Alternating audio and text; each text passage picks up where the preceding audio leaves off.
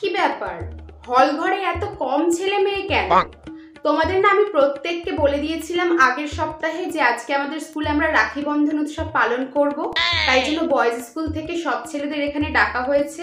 আর আমাদের গার্লসরা সব কোথায়, এত কম কেন?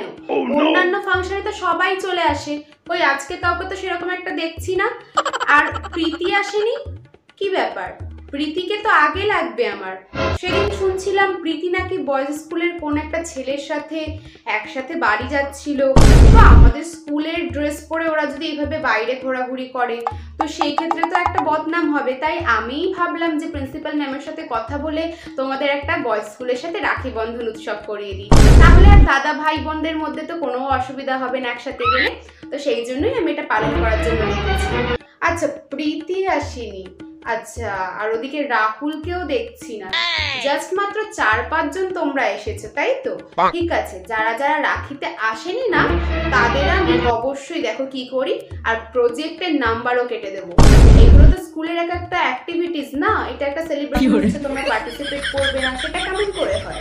তো চলো, যারা যারা চলে এসছো এক এক করে লাইন দিয়ে চলে এসো। এই যে দেখো কত সুন্দর সুন্দর রাখি এনেছি, এনে পরিয়ে দাও এক একজন আরেকজনকে।